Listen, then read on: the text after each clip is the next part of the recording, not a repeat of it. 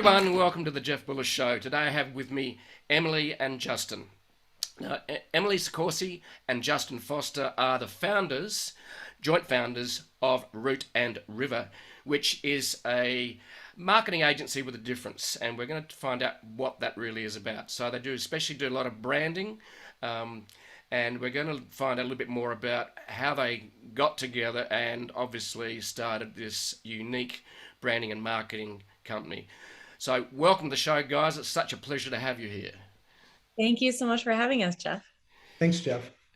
So, Emily, you met Justin on a gig, is that correct? As in you were doing some work for a company and you bumped into him round the water cooler. What happened? Yeah, pretty much like that.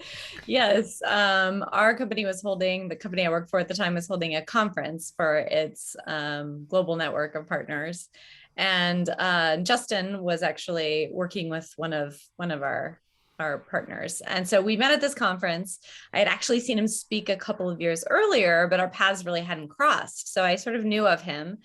And I was like, oh, this time for sure, I'll have to introduce myself. And so, yeah, I saw him at the conference and introduced myself. And we just immediately sort of had this meeting of the minds. Justin and I have a iron sharpens iron kind of relationship. So we didn't waste much time before we started tussling about ideas and me challenging him challenging me. And that was the beginning of, it was like one of those immediate friendships where you're like, this is intriguing and this is going to be part of a larger conversation. A lot of it to do with brand, a lot of it to do with the way things were being done and kind of what was pissing both of us off about the marketing world and definitely how people were getting brand wrong at the time.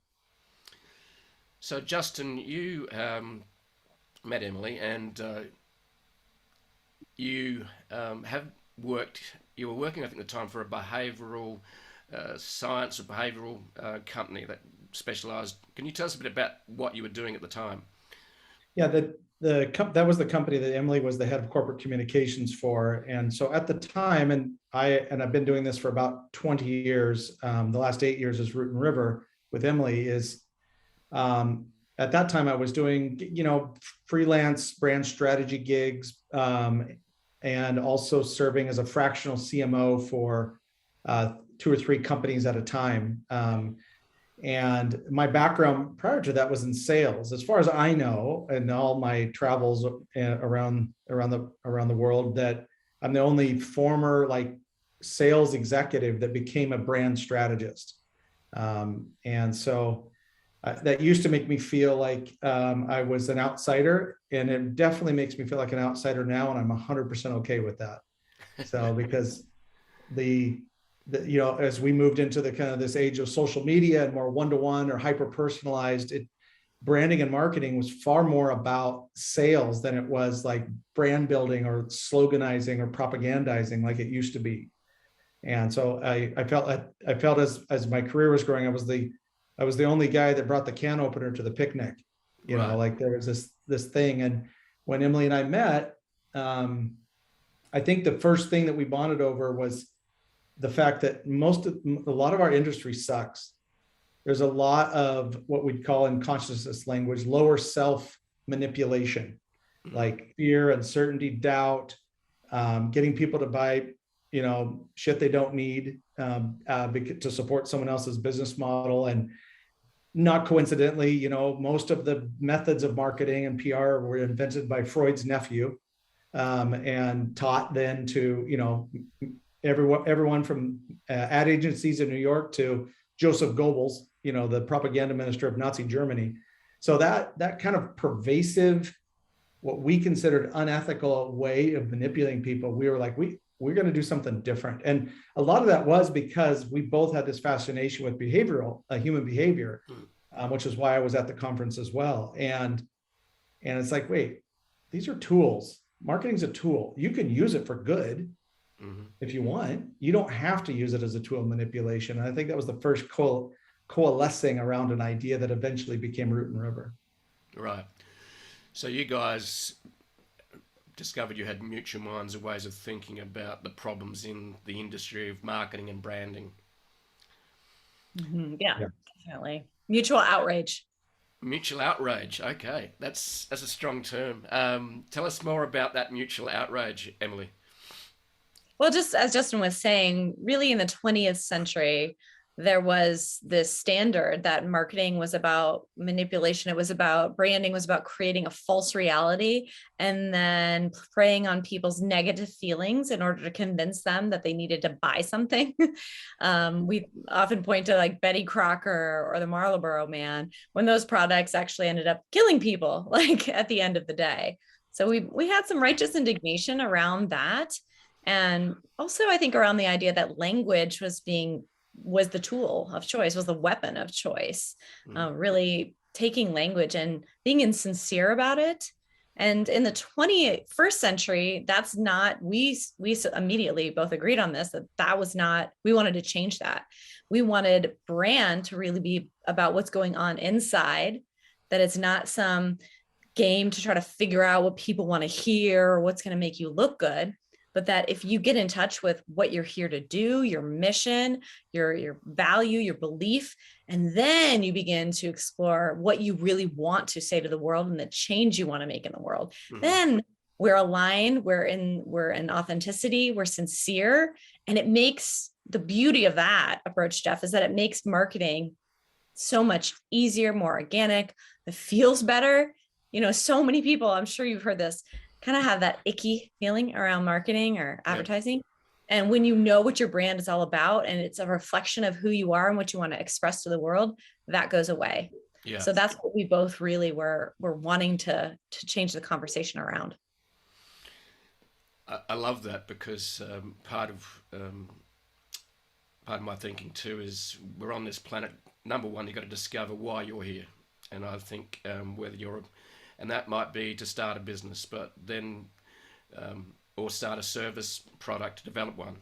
And I think discovery is this beautiful intersection of innate ability, your life experience, and also what you love doing. And if you can get them to intersect and develop something that helps the world from there, then that sounds to me a lot like what you guys have been talking about, is that it comes from the right place and you're doing it for the right reasons. Is that correct? Yeah, very much so. And I think also, Jeff, the other area that we still believe this is the lack of human compassion for marketers. It's a thankless job. It's got the shortest tenure of any of the executive positions CMO does. The most outlandish expectations placed on marketing to come up with some sort of brand strategy to sell, poop sandwiches, or to try to compete on price, and all these basically setting marketers and marketing leaders have been set up to fail by CEOs and founders that don't know anything about branding and marketing other than what they maybe took in a class, in the 90s or something. Right. And that really bothered us that, that being a CMO or a VP of marketing, director of marketing, that job has gotten so complex because you can't do it all. And then you have people exploiting what they should be doing. And that's the shoulds. Well, you should do ClickFunnels, or you should do digital advertising. You should. And when we work with a marketing leader inside of an organization, one of the things that surprises them, and partially this is because it's our business model, is we're talking about how much money we can stop spending and how much less work we can do that they have to do, and reducing the load on their team and all that. And it's a discussion about resource allocation, not ad spend. And there's this visible sense of relief of it doesn't have to be so damn hard. And because it's not getting any less complicated. And it remains a thankless job in a lot of ways. Yeah, I totally get that. And I think there's a lot of overwhelm happening in the marketing world along with the world itself, but especially maybe what you're talking about is minimal viable marketing. That's a good way to put it. Yeah, perhaps. Yeah. Because you got to work out, okay, so I could do 10 different tactics. Maybe you should just do one or two, and let's see how that develops. And then we can build it out from there. One brick in the wall at a time. So, we've just launched a new monthly premium newsletter, which we launch as a minimal viable product. And we're also, I've got to restrain myself so I don't take the team and distract them from getting job done as well, and not try and do too many things because we've only got a small team. Mhm. So yeah, but I think we could maybe take that and reduce it to an acronym, MVM. I think taking your acronym live, Jeff, like of MVM, is, I think there's a couple of things that you can do that with. One is, if you know who you are, Yeah. Most of branding is a terrible way to solve an identity crisis. Like trying to market your way to an identity is just it's stupid and painful. And so know who you are. Number two is know what you want to say, know your message, not your campaign, not your slogan, but the thing that the soul of your brand wants to shout to the world. And third is that you need to know who you're selling to, which is basically selling 101. But a lot of that is still demographic based, and demographics are not that useful anymore. I mean, in the United States, there's two predictable groups of people, and that's the elderly and Trump supporters. Outside of that, it's fragmented and diverse, and nobody's the same. And so if you want your marketing to have this minimum viable marketing approach, you have to know who you are, what to say, and who you're saying it to at a soul level, not at a demographic level. Okay, so forget demographics, really get to the heart of your customer, what their pains and problems are and challenges. Is that what you're saying? No, it goes a little bit deeper than just pain point, because that's been around forever, right? And that is a slippery slope into that manipulation we talked about earlier. So when we work with our clients to develop to a deeper understanding of the audience, we kind of take it from a psychographic profile. Okay. And we work with real clients they already have that they love working with. We don't base it on a fiction or some kind of invented avatar. We actually look at the human beings and we ask, what about them, their personality, their likes, their traits, draws you to them, gives you energy. And we also make this distinction about audience. And this is where a lot of old school marketing has gone wrong. Your audience is not the people who you're looking for. Like, oh, bring me all the people. It's the people who are already looking for you. Mm-hmm. And what that does is that removes this idea that I've got to go convince people. Again, stripping away that artifice. And if you're thinking of your audience as the people who are energy positive for you, that you enjoy interacting with, who are already had some experiences and had some something happen in their past where they're like, I wish I could find a person who is going to present it this way, or I'm really looking to work with somebody who comes at things from this approach. That's how you want to shift your mindset when you're considering audience, instead of reverting to that target market, because nobody wants to be a target. I mean, just that language itself is so harsh and so predatory, that we're trying to shift away from that and really go deep, and figure out who they are as a person. That is essential. In other words, you want to get the customer finding you or looking for you, and when they find you, they're going, where have you been all my life? Exactly. Is that correct? That's exactly right. And, there's a test of philosophy in any philosophy that you can trace it back to ancient principles. And so when we talk about audience, we're talking about the hero archetype, and the hero, and then we're also talking about attaching it to this, or aligned with this phrase of when the student is willing, the teacher appears. And the role of the brand is not to be the hero. The role of the brand is to be the mentor, the guide, whatever you're selling. Let your customer be the hero. And I think that's what makes what we do intrinsic branding, because it starts on the inside, as far as an identity of who you are, the soul of your brand. And when you know who you are, and you know that people are looking for you, that authenticity becomes almost like a pheromone.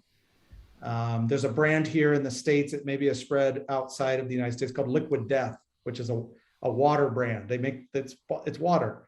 Mm-hmm. And so it's a commodity. It's about there's not much more you can get as a commodity than water, but they've had enormous success by making the customer the hero, being super irreverent with their messaging, and organizing their brand around kind of the cause about why they exist.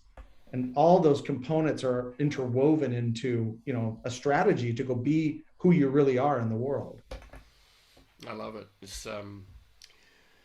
And the other thing that I suppose being authentic means you've got to tell better stories that are authentic stories, Mm-hmm. that reveal to the customer that this is where you came from, this is your story, and this is the reason we created it, to help people become the heroes. Yeah. You're a natural marketer, Jeff. Exactly. Story is a huge part of it, as it is. Yeah. That's so much of humanity, is telling great stories. Yeah. And that's, I'm just reading a book by Tony Fadell called Build. It's just come out. The founder of iPod, worked with Steve Jobs for 10 years, and also founded Nest, that he sold to Google for 3.2 billion. Product engineer, software, hardware guy. It's a great book. One of his chapters is on storytelling. Don't work with assholes is one of his other chapters. Yep. Yeah, when you know who you are, and this is something that we live as well in our brand, that who you're for and who you're not for. So on our website, we have a warning label, and at the top of that warning label page, it says, we are not for everyone, but we might be for you. And we are so hardwired as human beings to survive and to be accepted and to be liked. And so you have to kind of, again, overcome and reverse the polarity on it, overcome that need, that strong drive to be liked, to get real with like who you are really for and what you're about. And don't make your audience work hard to figure that out. Like a lot of people, we work with a lot of really humble brands and leaders, and they're like, oh, I'm more comfortable behind the scenes. And it's like, yes, but you're making your audience have to dig in and work harder and have more prospect calls to determine who you really are. Take that away, and now everybody you're speaking to is aligned, and there's just a better synergy around it. Yeah. So the old models look, avatars are used a lot in marketing, and so what's your thoughts on avatars? You're saying that's not really a good thing, as in, is it a good way to try and discover the psychographics that you're trying to touch? I mean, maybe this is strong, but I think it's dehumanizing. Avatars are, because they're composites. It's kind of like when you read a good story and you find out that the main character that was supposed to be a true story was a composite of 6 different people, because it made the story more interesting. I am sure that there's some useful functionality to them, but it's such a simple problem to solve. To figure out who your audience is. You just go ask them. Go ask your customer service people. Go ask your sales team. Go ask your, do a survey, and find out what they believe. Find out what they love about you, what they're trying to do in the world to make an impact. Learn about their motivations. That can all be done through surveying. Sometimes with our clients, we do like listening groups where we just listen to what they have to say about who they are in their lives. I think that avatars are kind of like what Keurig is to coffee. It's like a shortcut that is sort of offensive to the entire process of coffee drinking. And as opposed to like doing the work, this is why we say building a brand is like making bourbon, like distilling bourbon. It takes time, and you have to be super fussy about quality control. And avatars are just lazy, in my opinion. So you've used the example of liquid death. Is that correct? Yeah. Is that one of the ones you worked with, or one of the? No, they don't need us. They're good at what they do. No, in other words, they've already nailed it. Is that what you're saying? They already nailed it. Yeah. So that we give them an attaboy maybe, but yeah, they know who they are, and they know what to say, and they know who to say it to. So in your observation of them, for example, what are they providing to their customer to make the customer a hero? Where's where did Liquid, Death do that? Great Well, brand name, by the way. it is, right. Yeah. The main thing that they're doing to make the customer the hero is that if you buy a case of Liquid Death, they'll send you a mailing label that you in a box for the box that you come in, and you fill it up with water bottles like Dasani or Coke brands or Pepsi or some of the bigger brands. You fill it up with their plastic bottles because Liquid Death is only in metal recyclable cans. Right. And so then they have contributed a large sum of money to cleaning up plastic out of the ocean. And so, they don't lead with that. It's like a little subtle discovery. It's like you're drinking it because it's got a cool label and it's funny. It's very irreverent. It's sort of South Park in the way that it's designed. But that actual cause is you could put all the empty water bottles in the box and put a mailing label on it, and they ship it it'll ship to Coke's headquarters. So Coke's headquarters is getting thousands of boxes of their empty plastic bottles shipped to their main office, which is hilarious and brilliant. I'm sure that created some PR. Yes, it has. Yeah, it's the marketing game is basically a human game, and that's what makes it fun and messy and interesting. Mm-hmm. So you do mention other terms like what was sent through to me was category ownership is one sort of area. Tell us a bit about what you mean by category ownership. I have a bit of an idea, but tell us, Emily, maybe you could tell us about that. Yeah, so category is really referring to the larger conversation that you want to own in the marketplace. Yep. So as it really replaces old school positioning, and category is about examining, again, going to the audience on a deeper level, a more soulful level, and examining what is really the unspoken need. So not the surface need that they're going to present with. And then contrasting that with the excess resource that you bring to the table from your brand. And in the middle, in between, is a space to uncover and name, in our example, intrinsic branding is our category. And that allows you to have conversations for years to come, lead the conversation, start the conversation, a new conversation that is a really rich seed bed for thought leadership, for book writing. And it allows you to differentiate yourself in a time when it's nearly impossible to do so when you're using already established categories or language. So a lot of this is laid out in a book called Play Bigger, the ideas of category design. And we've really taken that and built that into our practice. We credit them with those initial ideas. So who wrote Play Bigger? It's a group of guys that owned, I don't know if they're all still together, Right. so I don't remember all their names. Okay. Yeah. I think part of this too, just a little additive there, is what category does is it taps into the human mind's incredible ability to create association. And advertisers have typically done this around the brand name, so Coke or IBM or whatever. But that being top of mind does not mean top of conversation. Yep. If that were true, there would be many brands like Pan Am and BlackBerry that would still be around. Yeah. But top of conversation is around association. So when you hear the term rideshare, Lyft and Uber, and until they, effed it up, the concept of co-working as a category was owned by WeWork. And there's, many examples of the power of association, not because you paid for, $10 billion in advertising. It's because you built a category that became top of conversation when outside of the vacuum of a marketing campaign or an ad campaign. So you're leaning towards very, very old school and true to the heart marketing, which is word of mouth marketing. Is that really what you're trying to tap into as well? Definitely. A lot of times people are like apologetic, like, oh, I built my brand on word of mouth. We're like, that's great. That's what we're all going for, that our brands can be shared from one human to another, and that is gold. But how often do we get very intentional about the words that we're using to describe ourselves? That we're feeling like, yeah, that's exactly what we do. We've nailed it. If we don't have that clarity, then people are never going to repeat that language back to us.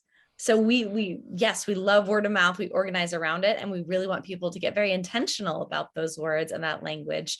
And when you hear your customers repeating it back to you, that's when you know that you have succeeded as a brand.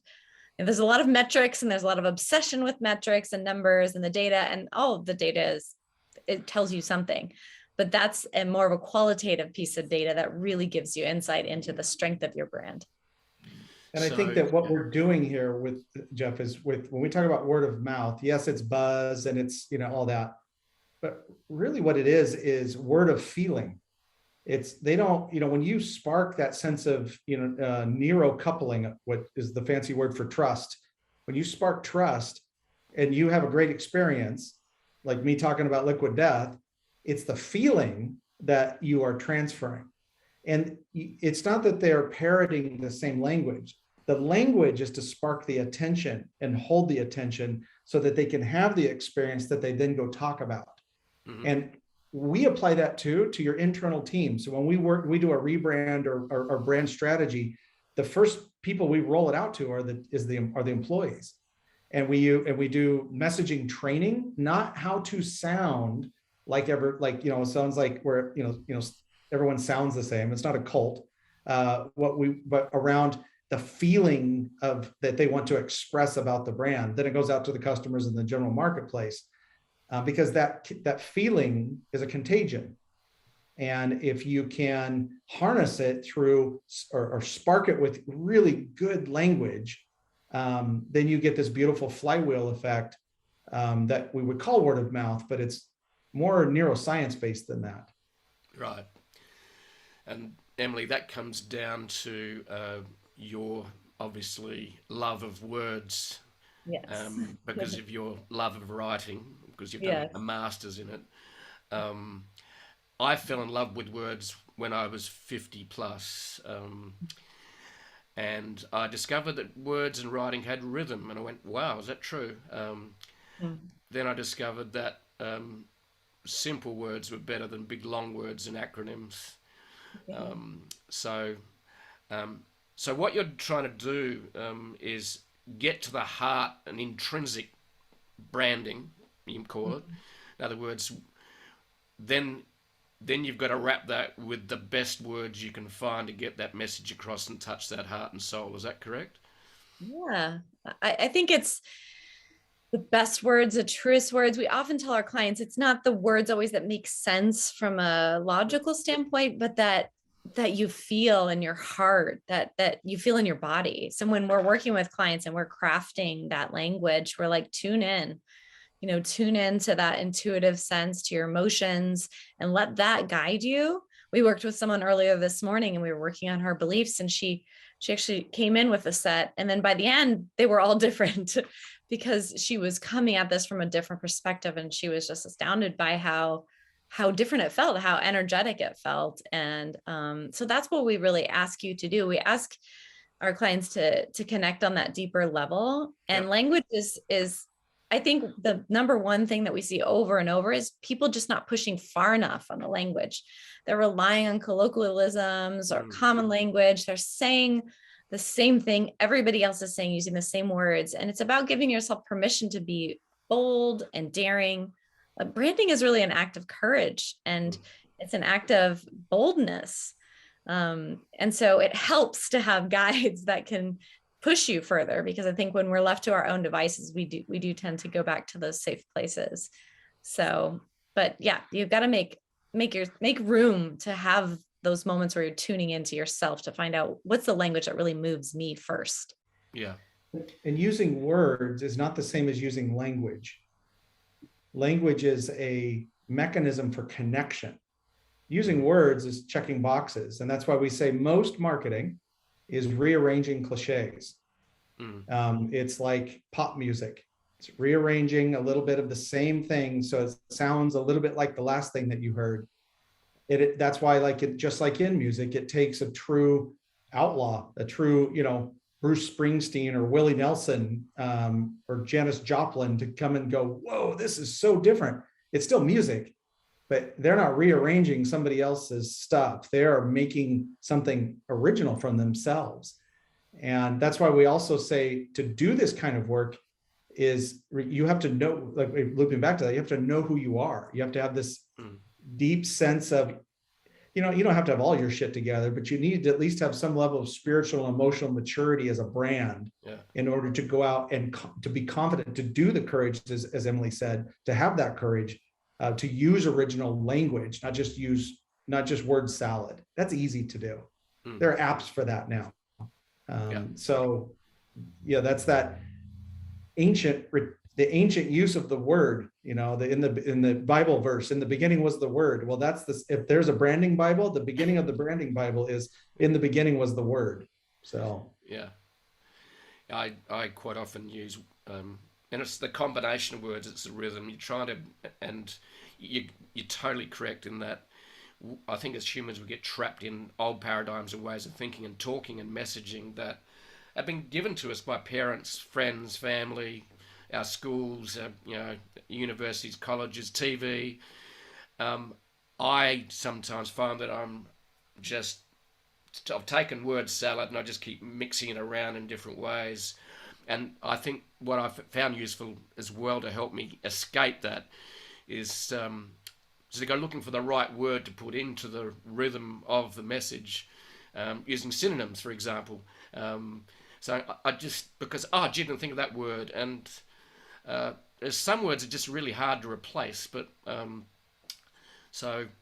it's a wonderful thing. And it's art and science, isn't it, at the same time? It is. Sometimes we like to say if like mega overused word in marketing is better. So it's like, can you say this without saying the word better? Just sort of putting those restrictions. It's like with the artist narrowing the canvas down.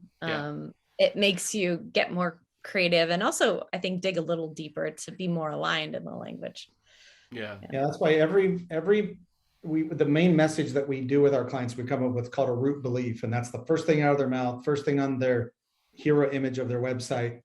And I don't know, we've probably done 400 of them, not one and, because if you can get rid of and, you've got clarity of focus about what you want to express as your core belief to the world that you're inviting the marketplace to participate in.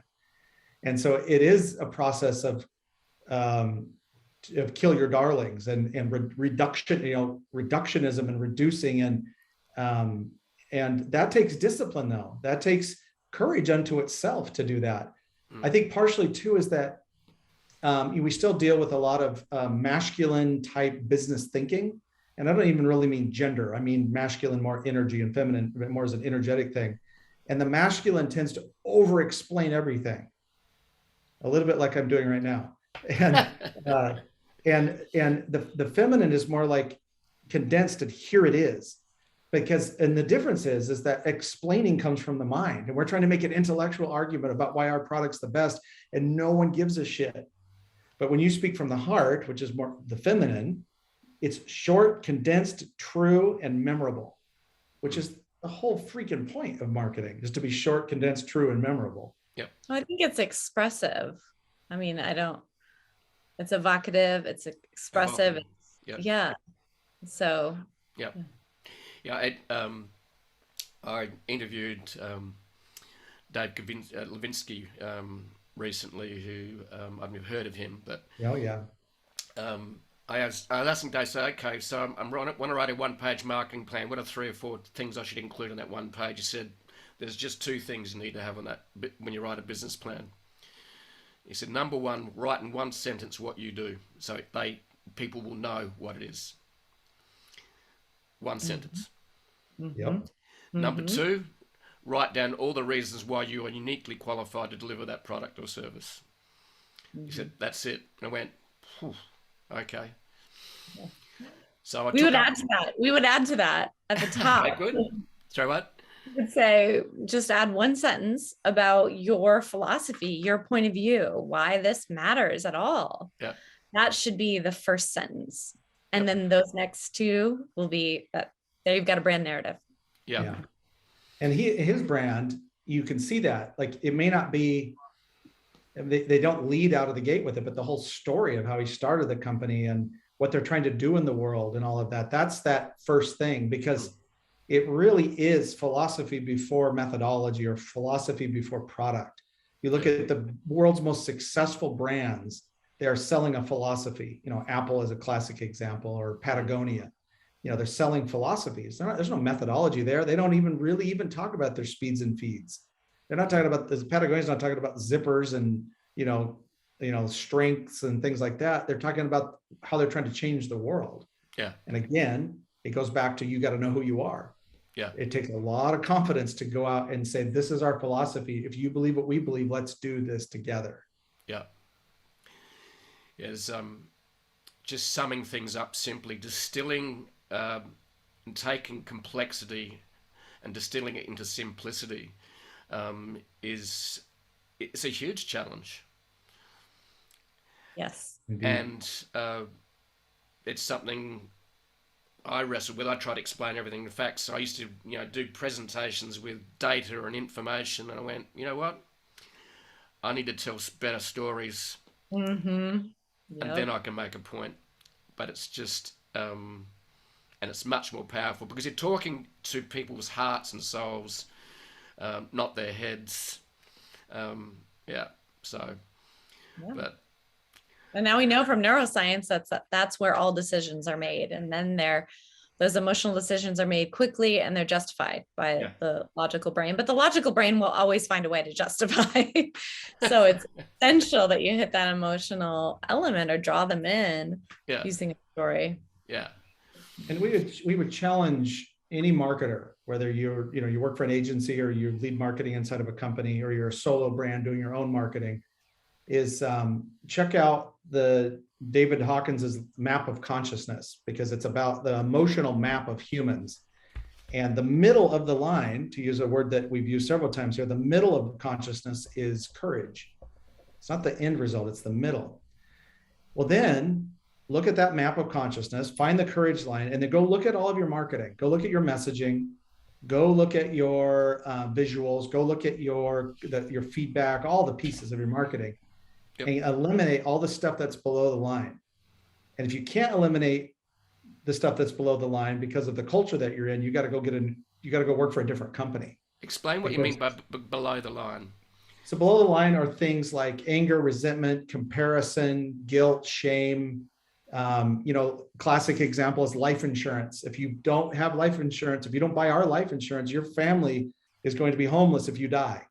Or beer companies, if you do not buy this beer and drink our beer, pretty girls won't talk to you.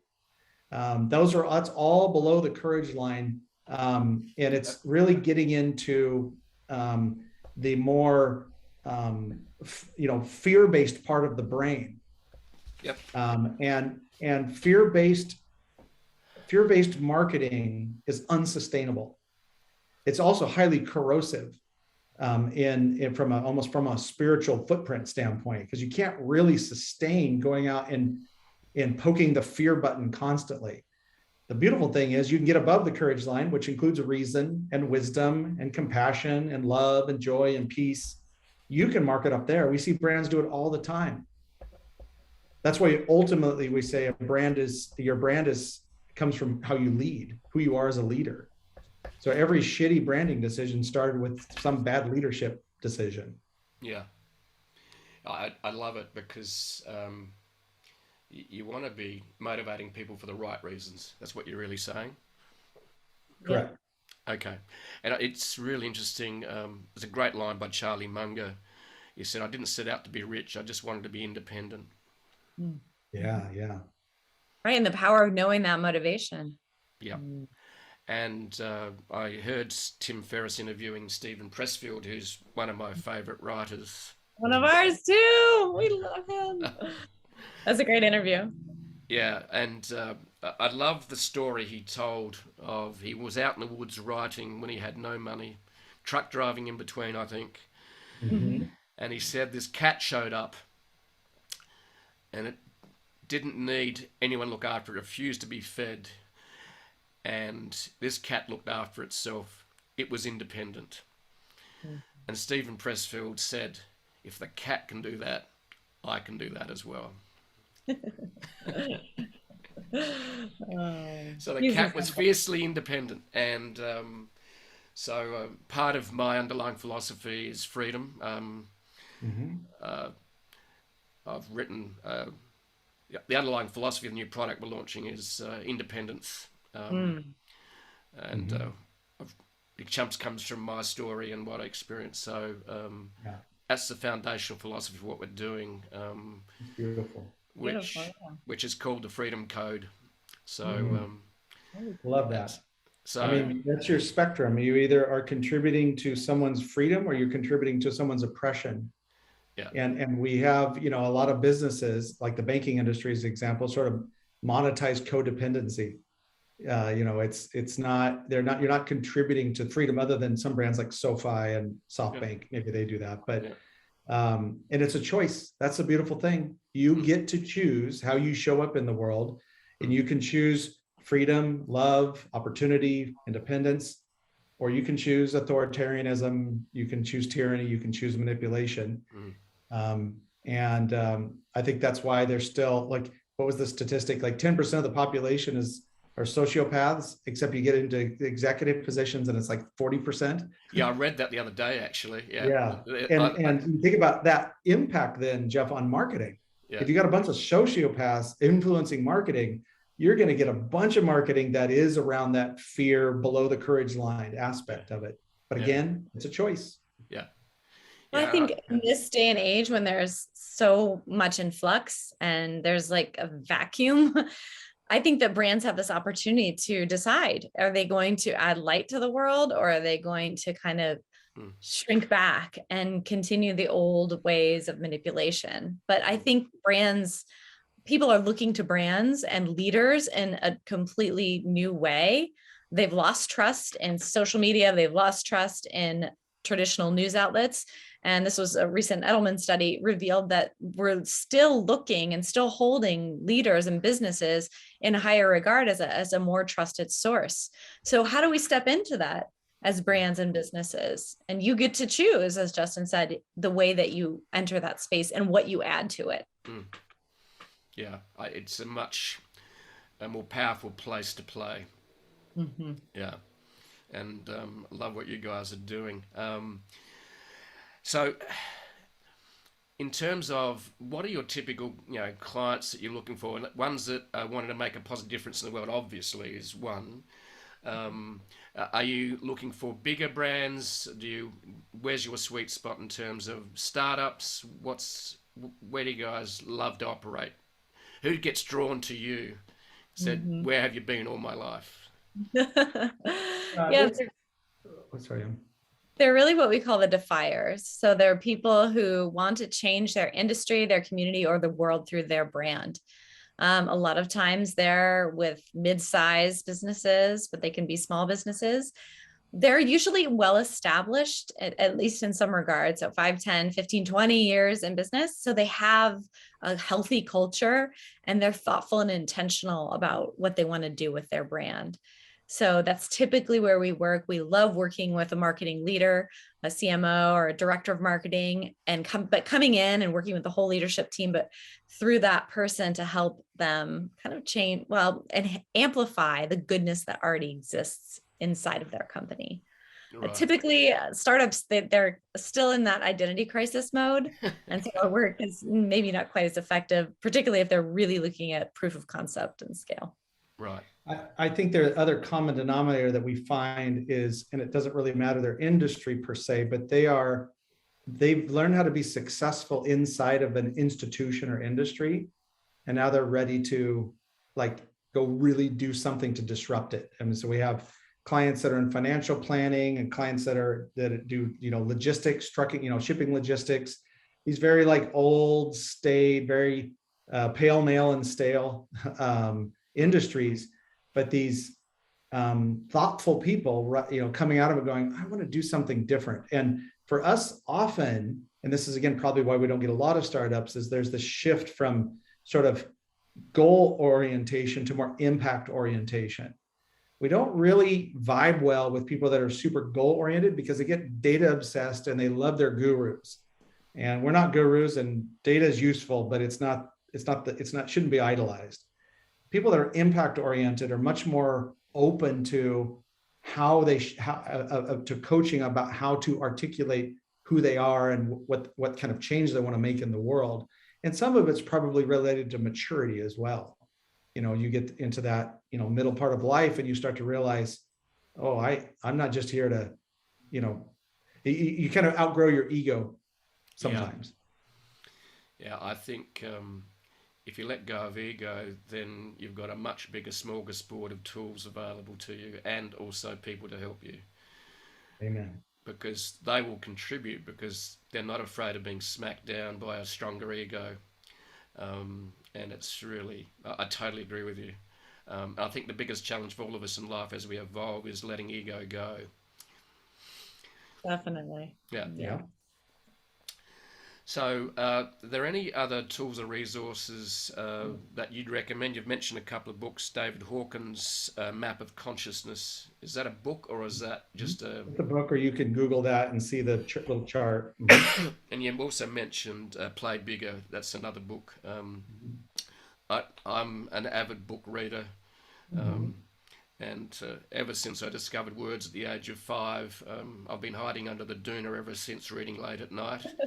Me too.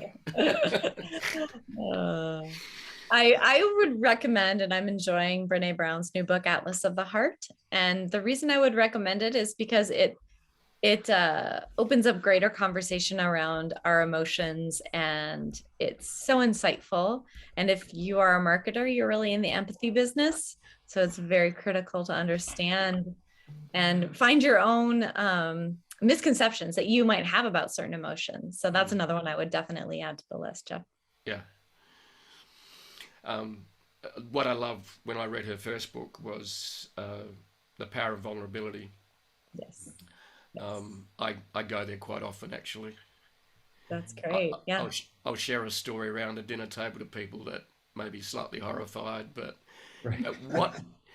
what's great about it is they actually start sharing more deep stories and better stories themselves. Had that last Saturday night. We shared some stories. One guy did, then I shared my story, and then one of the other people that shared her story left a little bit on the shelf, but that's okay. That's another story at another time. But there's just incredible power and vulnerability. It just is because you go out to people's hearts, don't you? Yes. Okay. Yeah. Here, I'm opening my heart. This is what I'm about. This is some of the elements that have created me, who I am today. And when you do that, I am just constantly amazed.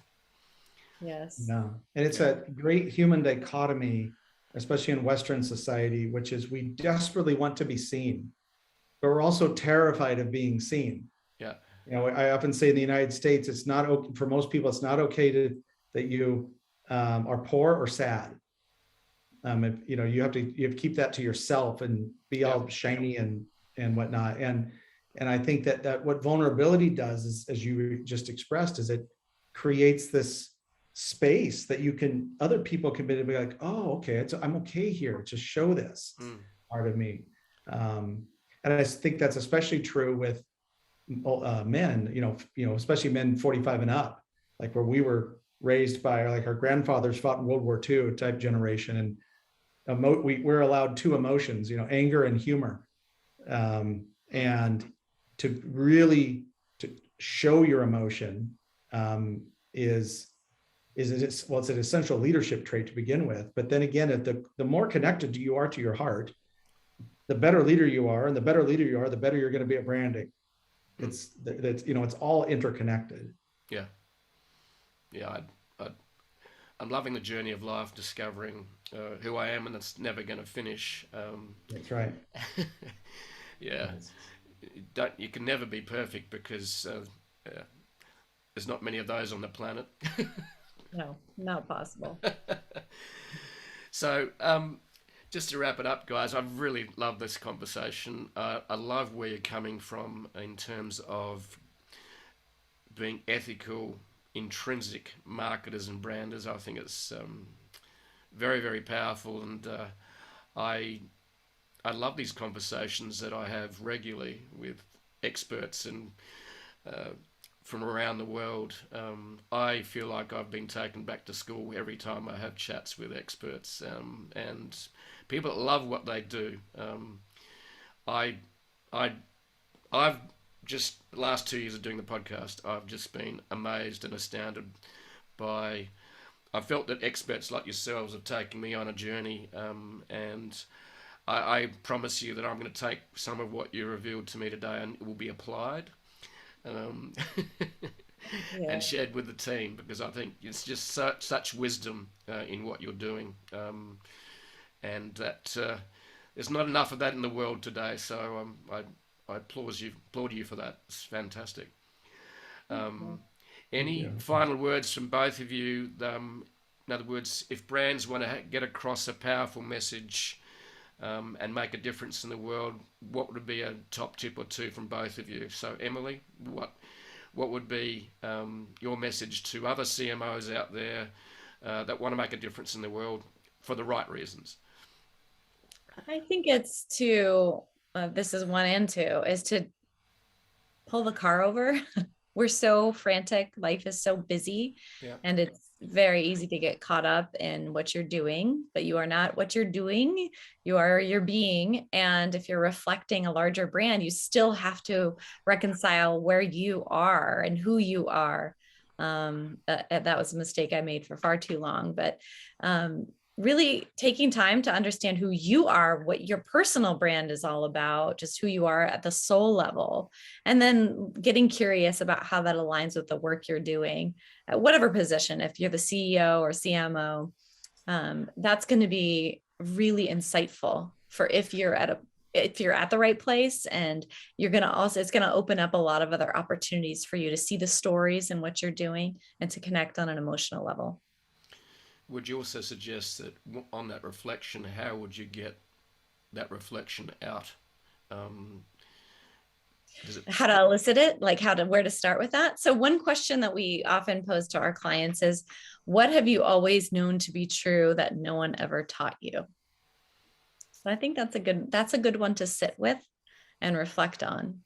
Okay, could you say that again? So just Sure, yeah. What one thing do you know to be true that no one ever taught you? Okay, that you learned. Okay, it doesn't have to be one thing. What set of beliefs have you always felt were true that you didn't learn from anyone else? Yeah, I'm just reflecting on that. Mm. I think Lots of vulnerability in that question.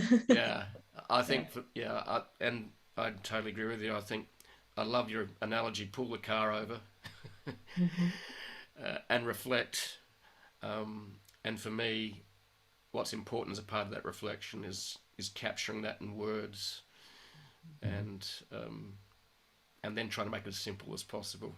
Yeah. Then, yeah. But love that. So pull the car over, reflect. Mm-hmm. It's just we don't give ourselves the permission, do we, to actually stop. Right. Because it's not productive stopping, apparently. We've been told by popular myth. That's with productivity, just Right. It's like, folly. yeah. And I think, Jeff, my almost plea to people in marketing, especially marketing leaders, is if you have unresolved or unexamined trauma, please go to therapy, because it changes everything. You will then connect to your heart. All the stuff that all the armor that you have around your heart, because you haven't examined the trauma, especially childhood trauma, is affecting you as a leader. It's making you inaccessible. It creates the impulse to people control or people please, which is basically two different kinds of narcissism. And but if you integrate your dark parts, you will be such a better leader and such a better marketer. You'll be more compassionate. You'll have more wisdom. You'll be more intuitive. all of these things await doing that work. And so that's my plea or reminder to marketing leaders is go to therapy. Okay. I haven't heard that said before. That's great.